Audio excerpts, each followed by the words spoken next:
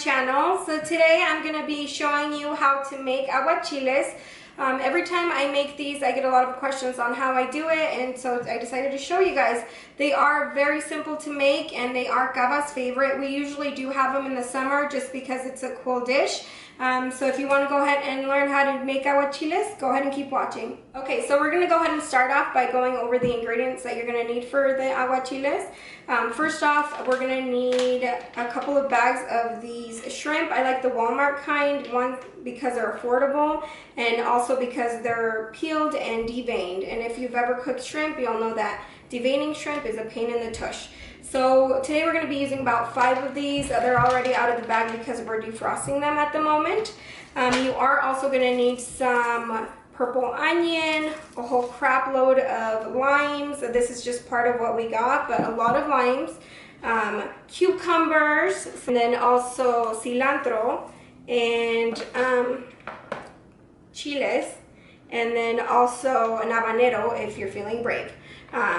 Some garlic, and then sea salt, black pepper, and then a container to put them in, and also your tostadas for when you're done and are ready to eat. Okay, so like I stated before, we've already defrosted the shrimp, and I have them here in this strainer.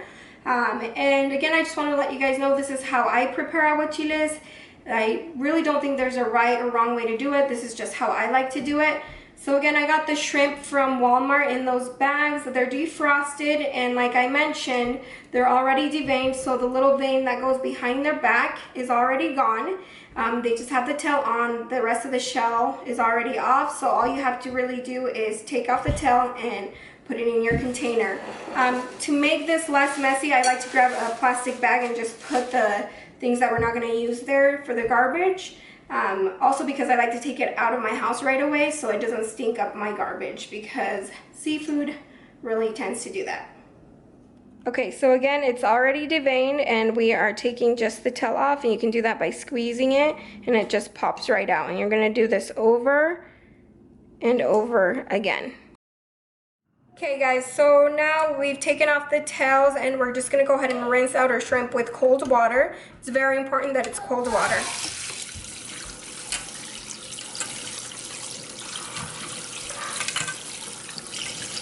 Okay, so now that the shrimp is rinsed, you want to go ahead and grab it, and I like to cut them in half where the vein used to be. I just like to slice them right in half, because since we are cooking it with lime, they cook much faster. And again, just going down the middle, slicing. And you'll do this to all of them. Okay, so now we've cut up the shrimp, and they're clean and here ready to be cooked with the lime juice. So what we've done is we washed our limes, and now we're going to go ahead and cut them in half, and then you juice them however you want. I have this thing that I bought from Walmart that was like $3, and I enjoy doing it this way. Or you can just honestly just squeeze it on there. I just find this easier. Okay, so we have finished squeezing all those limes. It was a pain, but the shrimp are submerged. As you can see, there's plenty of juice. You can also see it over here. They just have to be covered, since the lime is the ones that are going to be cooking them, and they will eventually start turning pink. So I'm going to go ahead and put these to the side in the fridge, and then we're going to get started on the sauce that'll go in there. Okay, so to make this sauce, we've left some of the lime juice, and we're going to go ahead and throw it into this Ninja here. So we're going to go ahead and dump it in there. And this is all to your taste. This is depending on how spicy you want it. And then we're going to go ahead and add a piece of garlic, some serrano peppers, and you want to go ahead and take off the ends. And then I like to cut them just so it makes the Ninja work easier. Go. And then some cilantro. You'll want to go ahead and add that in there. And then again, we like it to be really spicy, so we're going to go ahead and add half of this habanero.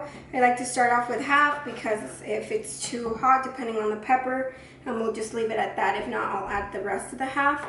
And then I'm also going to add some pepper. Again, this is all to your taste.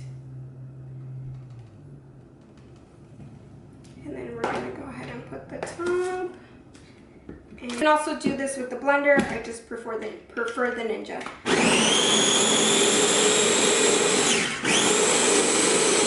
Okay, so we've liquefied the sauce. I went and got the shrimp from the fridge, and now we're just gonna go ahead and dump it in. Okay.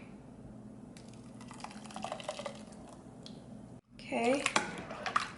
So you just mix it around, and then once you're done mixing it around, you're gonna go ahead and place it back in the fridge while we work on the vegetables that are gonna go in.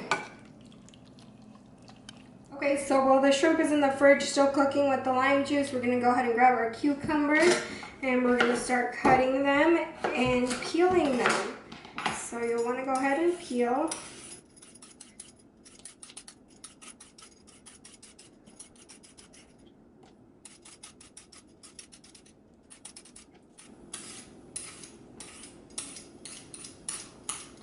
Okay, so once you're done peeling the cucumber, I normally like to cut them in half, and then I'll cut them halfway again. Okay, and here is my little trick. So you want to go ahead and take out the seeds so that your aguachiles isn't all mushy and has a weird consistency. So I like to go ahead and grab a spoon and then just start spooning the inside seeds out of it. So once you're done doing that, then you're going to end up with like a hollow cucumber, and you want to do that to all of them.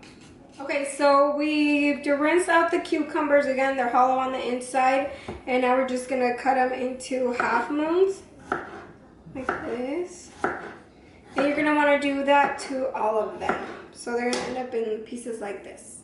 But honestly, you can cut them in any way, shape, or form. I just prefer this way. Okay, so now we're gonna go ahead and empty the cucumbers into the bowl with the shrimp, and then we're just gonna go ahead and mix it in. Okay, so now we're gonna be moving on to the purple onion.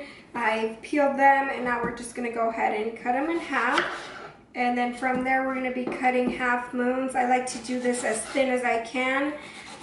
It just gives it a lot of flavor. And again, this is to your taste. I like it with a lot of onion. Almost done. Now we're just gonna add the salt, and again, this is all to your taste. I like to use sea salt. I learned from a friend that sea salt gives mariscos a really good taste, so you're just gonna go ahead and add that on.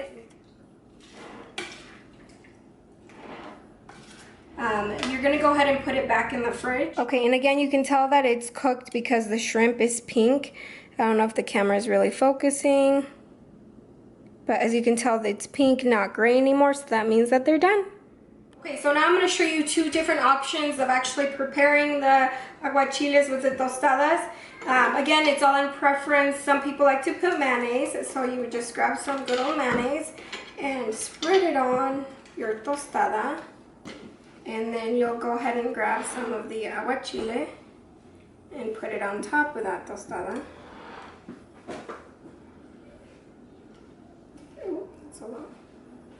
And then the other option is not to put any mayonnaise on it. You just put it straight onto the tostada. And then I like to put some avocado on top.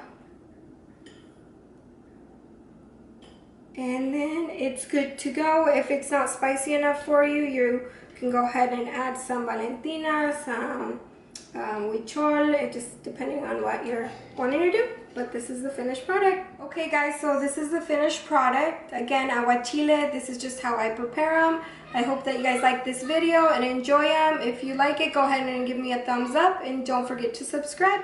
But for now, I'll catch you on my next video. Bye!